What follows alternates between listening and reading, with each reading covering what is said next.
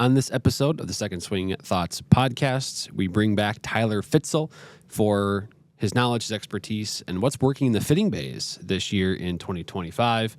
We've also got a ton of, well, it was a busy weekend in golf. We had the Memorial, we had the U.S. Women's Open, and then we had U.S. Open qualifying that we had to go over, and some fun second swing twists in there as well. So it should be a really fun episode of the Second Swing Thoughts podcast.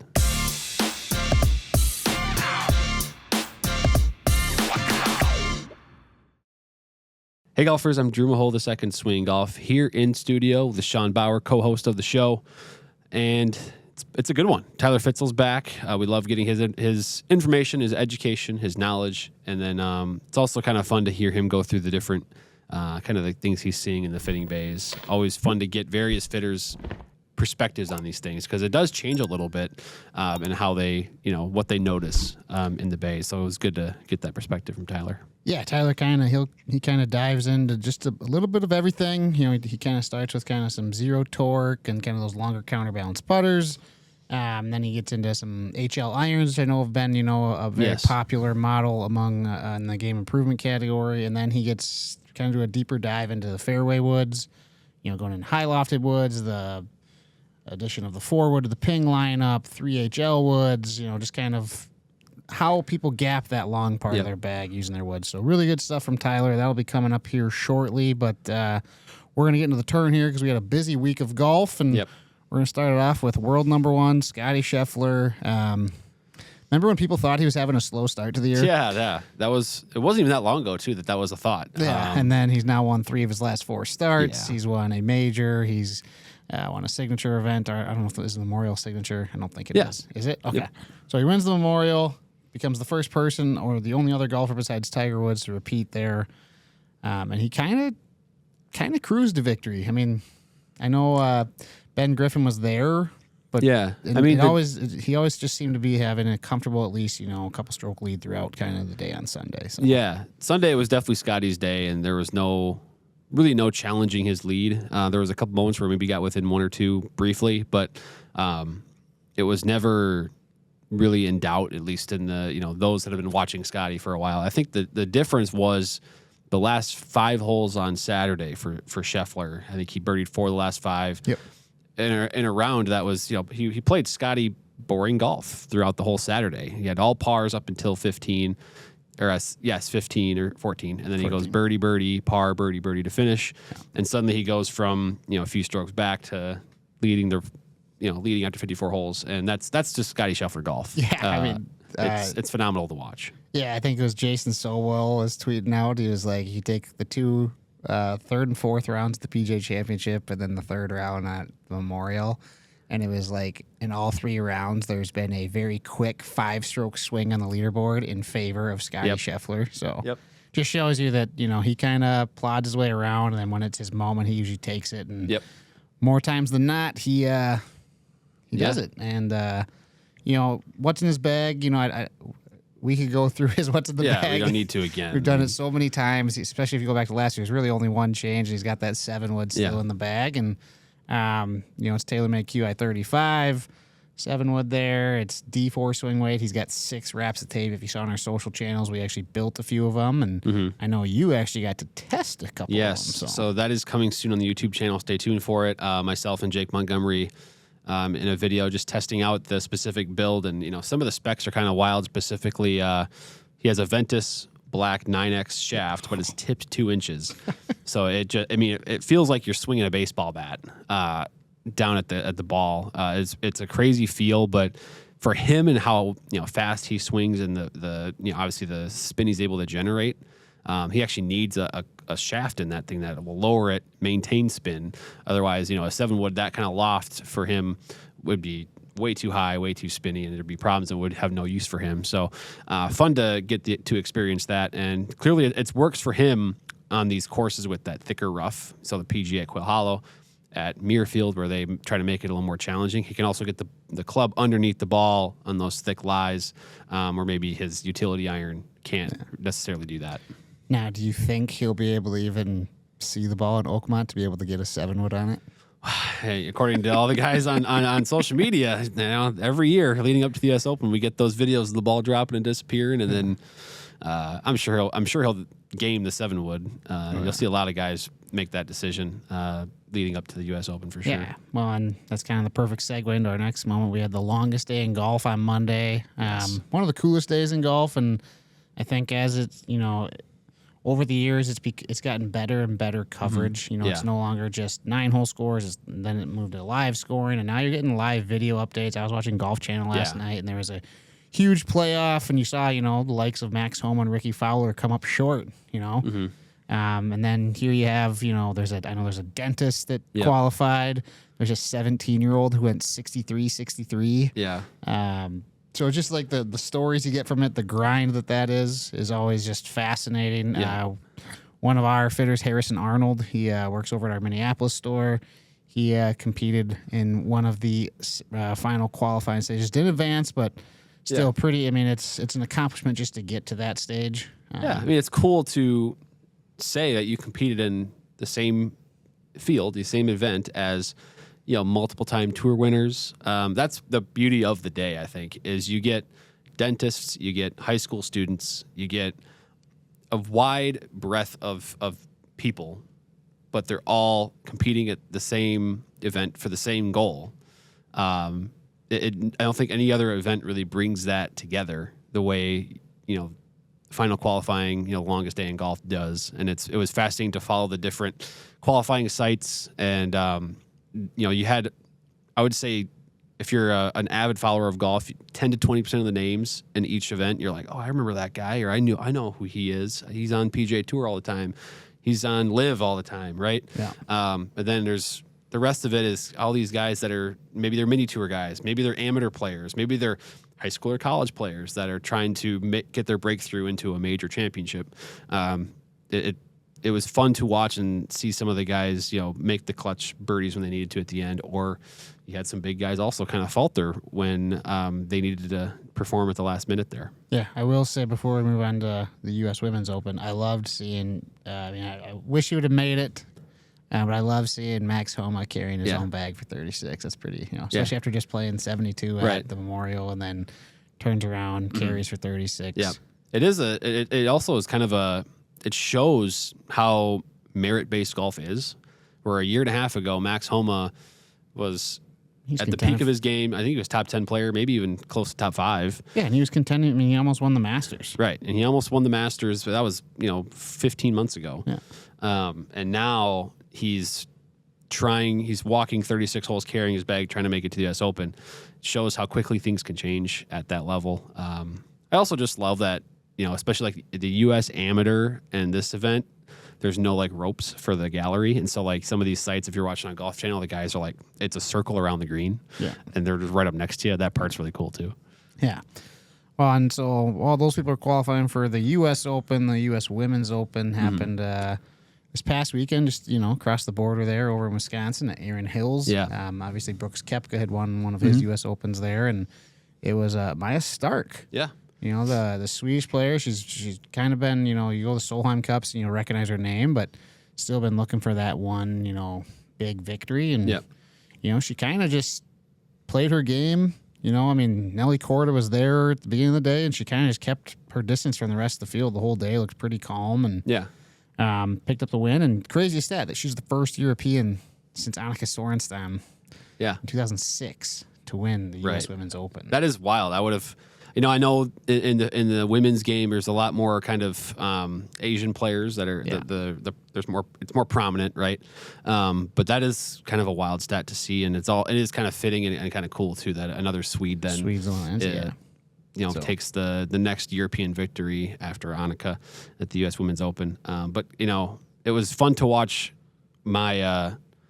Like you said, plot her way around, but also make sure to avoid the big numbers and. No double bogeys on the week, which the way they had set it up there was a lot of possibilities for that to happen. I think it was Saturday. They had I can't remember who it was, but there was a viral clip going around of a player driving the green on a short par 4 and making double bogey because the putt went off the green and down into the thick rough. Yeah. So they had some challenging pins out there, and to navigate all that and not make any big numbers, that's one way to put yourself in contention at a major. Yeah, and she did a really good job of that. Yeah, and Aaron Hills, it had some wider fairways, so they were definitely much favorable off the tee, but then it was your approach shots, and kind of their setup was, well, you have to be very precise with your approach shot, because if you miss it by a little bit, you're going to get penalized, and she avoided all those, and so congrats to her. It was a fun tournament. And this is how I think everybody anticipated the 2017 U.S. Open to play. Yeah. The course just got, drilled with rain. It was so soft. There wasn't any wind at that one. Yeah. This was a lot of fun to watch how these greens, the complexes and the runoffs can be such a problem for the players. But kudos to Maja Stark for strategically playing. I mean, the course management aspect of the U.S. Open came into full effect this week. Yeah. Well, that wraps up the turn here. We'll head now into our featured interview with Tyler Fitzel. We're talking some of the trending clubs or what's trending in fittings here in 2025. You said kind of going through all sorts of different areas of the bag, from putters all the way up to fairway woods. So really good stuff here with Tyler.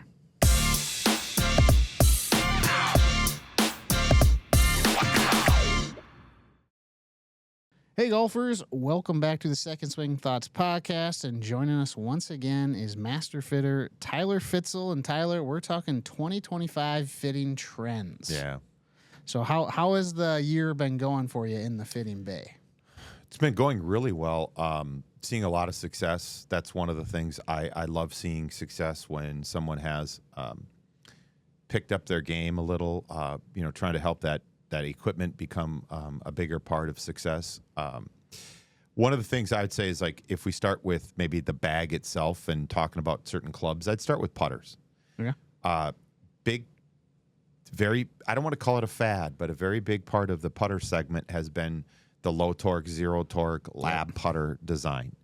So right now we've seen players at professional levels playing with it. We've also seen them at certain professional levels winning with it.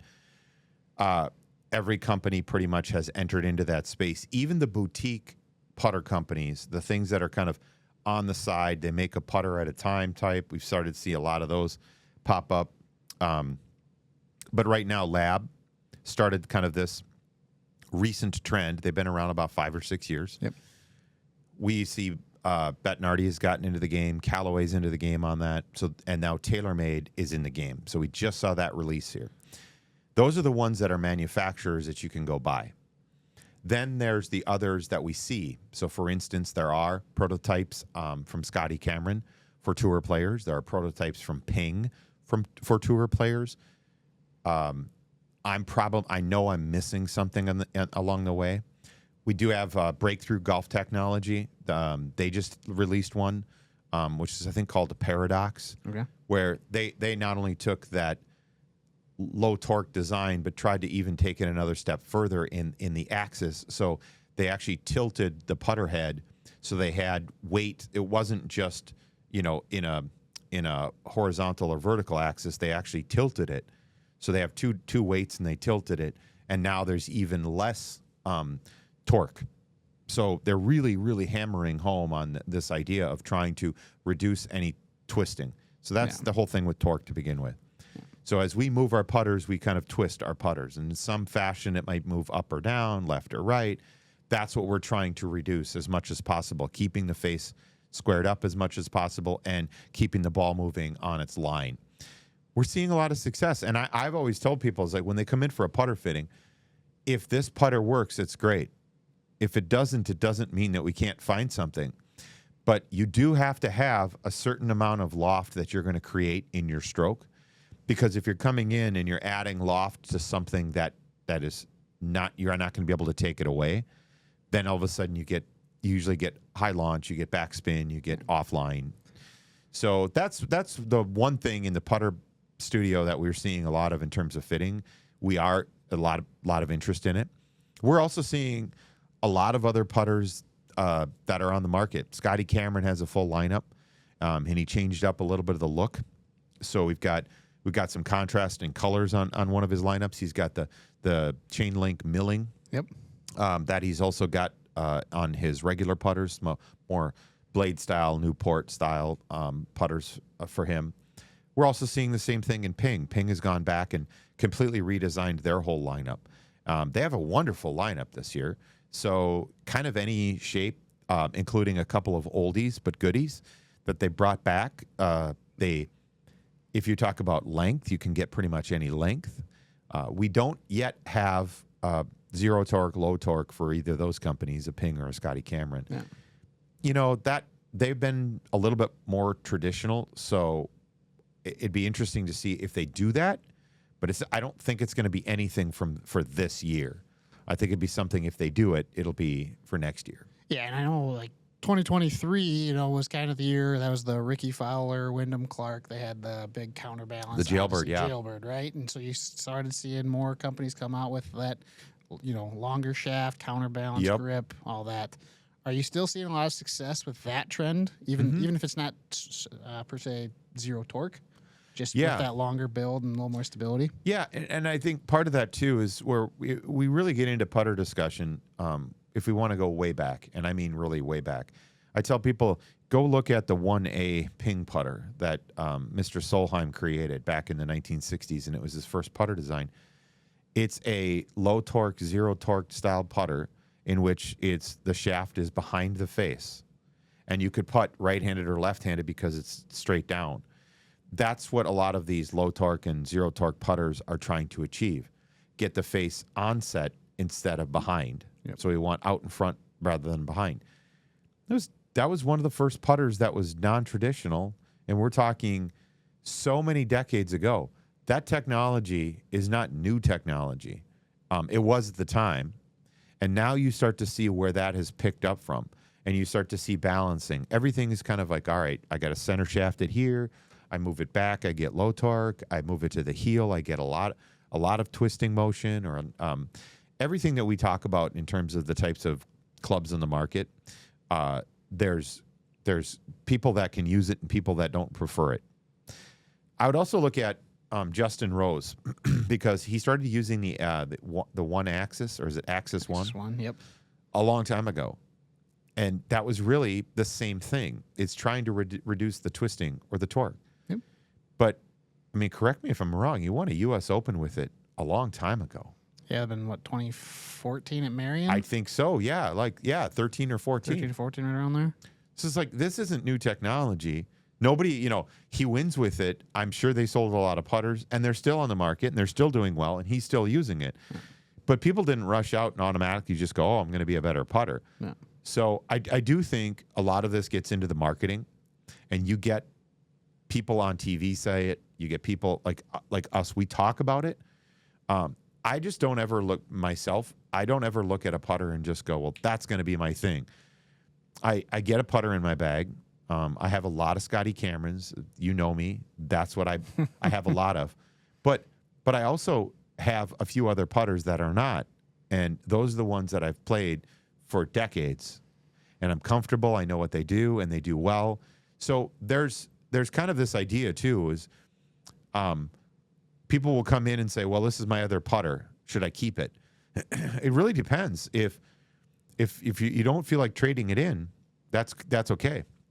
But if this isn't going to work for you when you get outside, we'll have to maybe go back to the drawing board with it. And that's an advantage. That's an advantage to our 30-day play guarantee. Yeah, to absolutely. get outside there and play it, try it, see it. Yeah, definitely. I mean, I think that's one of the best things we offer there is just, it's not a final purchase. Go outside, get a feel for it. How does it look? How is it interacting with, if it's an iron, how's it interacting with the turf, putter? How's it rolling for you on true, greens and whatnot? So, very awesome. All right, well, we're going to move next into irons. One of the big trends you've seen in recent years is the incorporation of HL irons. Yes. Obviously, I know Mizuno with their JPX, 923 hot metal HL iron was very successful. Yep. Ping's done it with their G430, G440, even with the retrospect and whatnot. Yep. You see Callaway with the Elite bring in an HL model. You're seeing more of these HL models, TaylorMade as well. Why has that kind of, I'm not saying come back, but why has that become such a successful iron for so many players? Well, let's go to the technology just a quick bit. So the first thing I mentioned, I say this all the time, there's 4 things that can happen to a golf ball. So there's the ball speed, the launch, the spin, and the direction it goes. And so when we get into irons, one of the things that a lot of people ask is, I might say, well, we're only going to go to a 5-iron in your set, maybe only a 6-iron, and they might come in with a 3-iron and a 4 and a 5 and a 6 and et cetera. The companies are not de-lofting the irons because they want you to hit the ball farther. They're de-lofting the irons so that you don't hit the ball quite as high with as much spin. What's happened is as you increase ball speed, and a lot of these companies, a lot of the irons we're talking about in this category, they have a lot of ball speed. But ball speed creates launch and spin. It holds its line. It creates velocity on that golf ball. And that's one of the things that they're trying to mitigate. Most people, if they have a little bit of a cut or come across the ball, it's a larger percentage of golfers have an outside-in swing. So that's going to create a little bit more loft, a little bit more launch, a little bit more spin. They're de-lofting the clubs to try to help alleviate some of that. So it's not just simply, I'm going to de-loft something. But then there's the player that does not get the ball up in the air as much, and loft is your friend. We still want ball speed, but I need more loft. Yeah.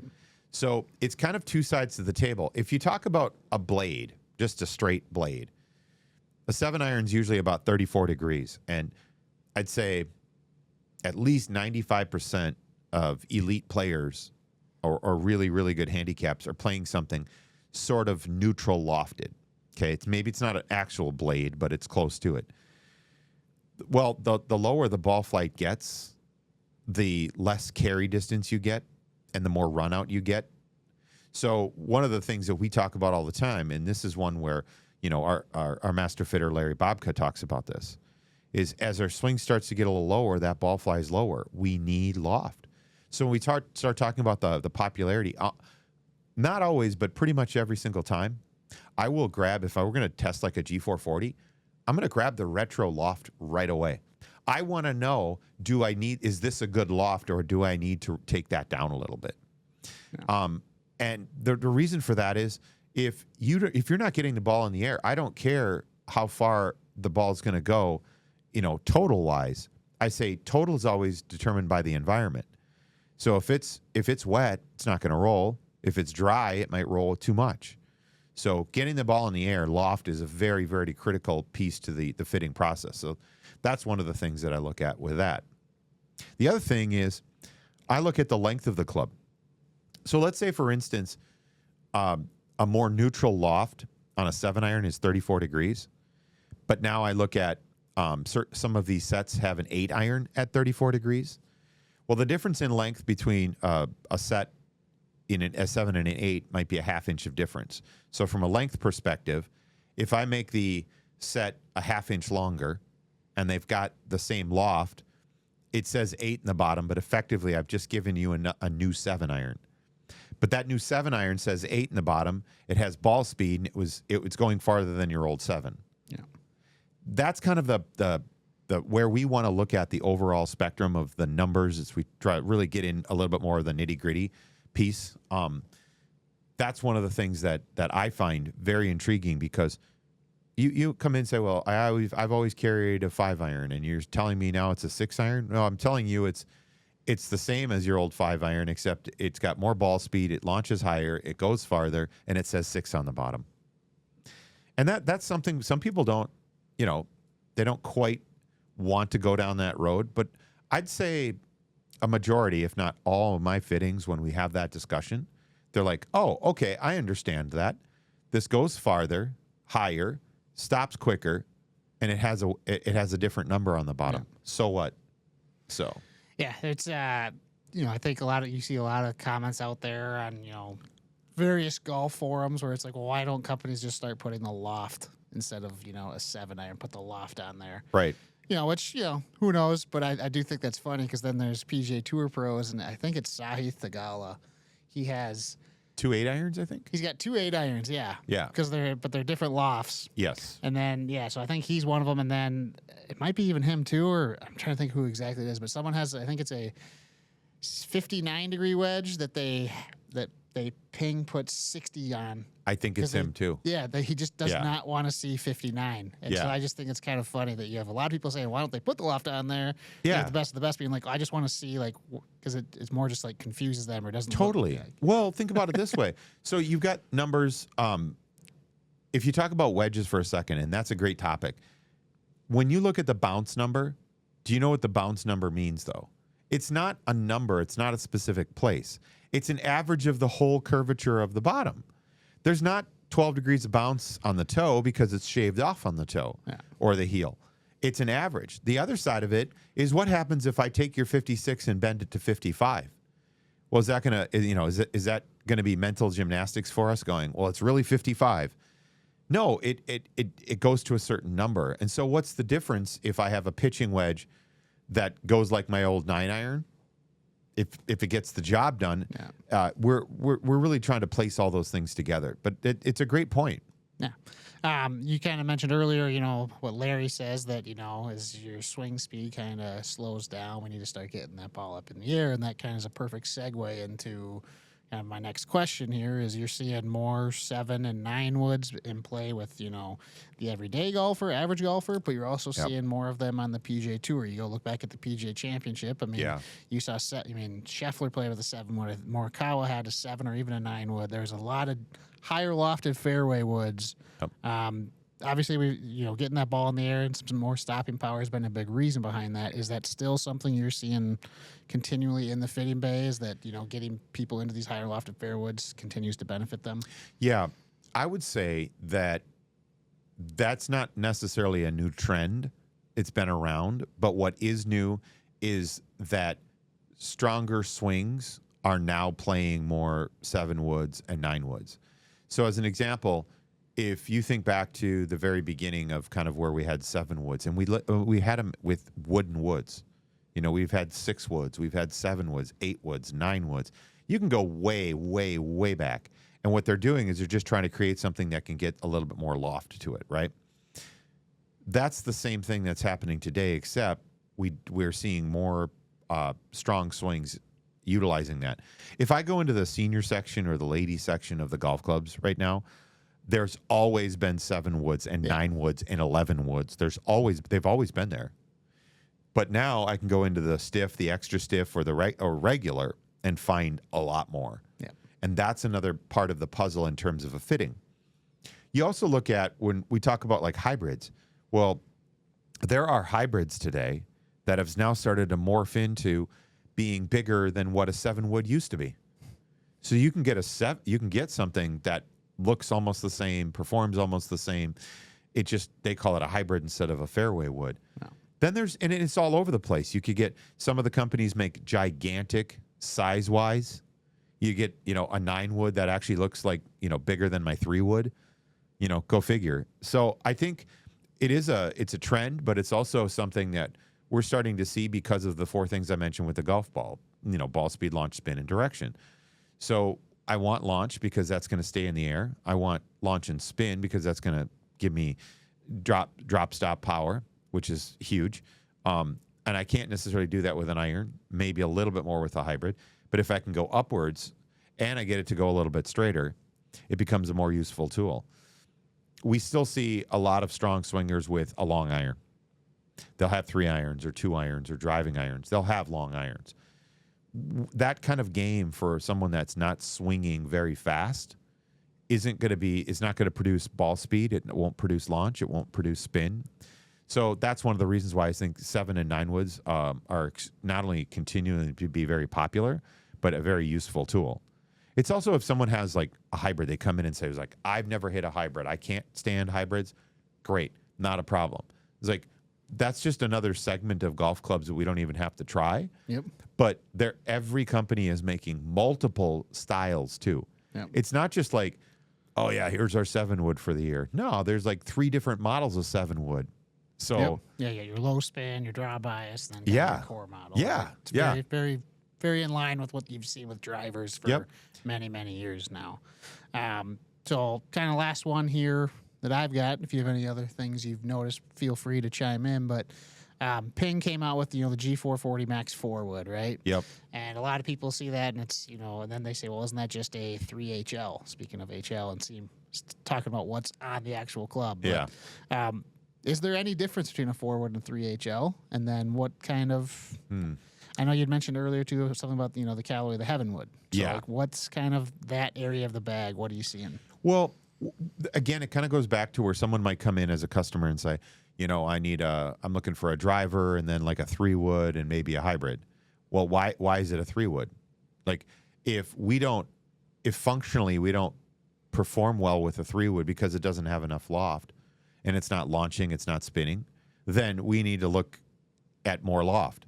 So the 3 high launch is, in my book, it's the same thing as a 4-wood.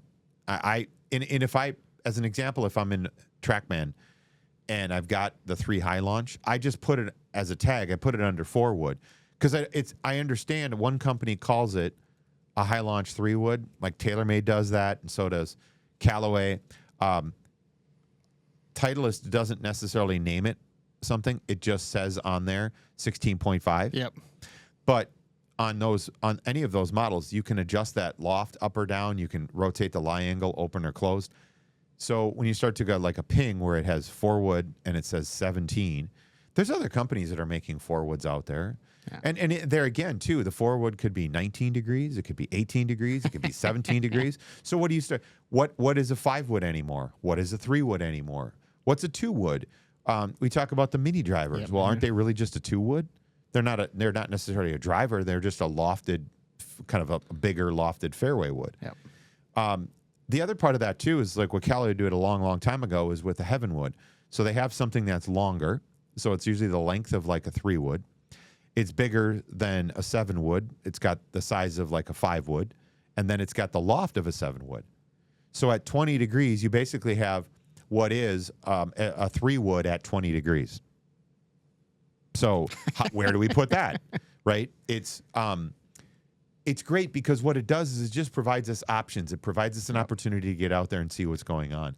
And if it works, great. And if it doesn't, we just try something else. Yeah. So Yeah, and I think that's kind of the big thing with whether it's 4-wood, 3HL. I think the nomenclature of it is kind of irrelevant. Yep. It's more like you kind of mentioned in an earlier talk with wedges, like a specific distance, 15 yards. It's whatever's filling that perfect gap for you, and that's why gapping your bag is so important between driver and your irons because 3-wood, 5-wood used to be the standard, but that might not be the case anymore. Maybe it's 3HL and then you're going 7-wood, and that's filling that.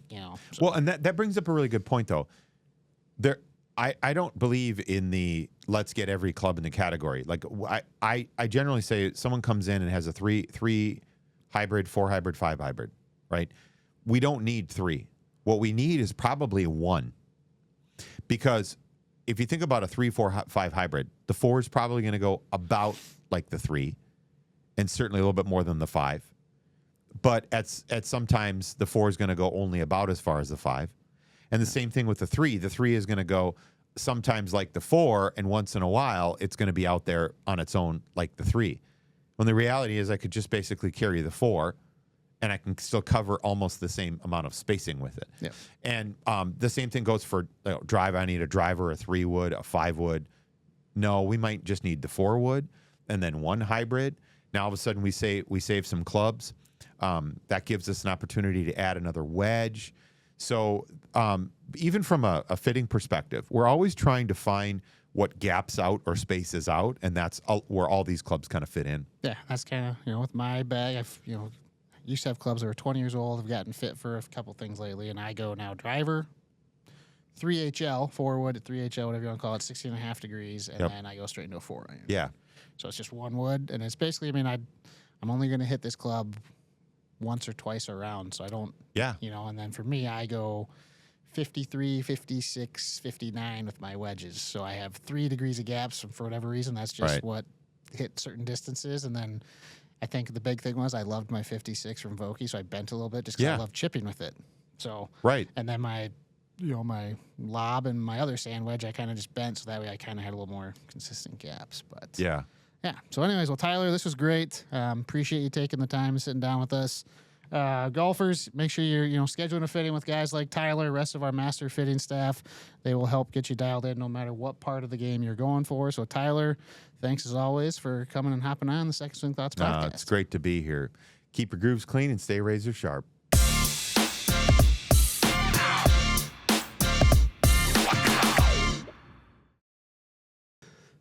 Right, and that was Tyler Fitzel and Sean Bauer talking fitting.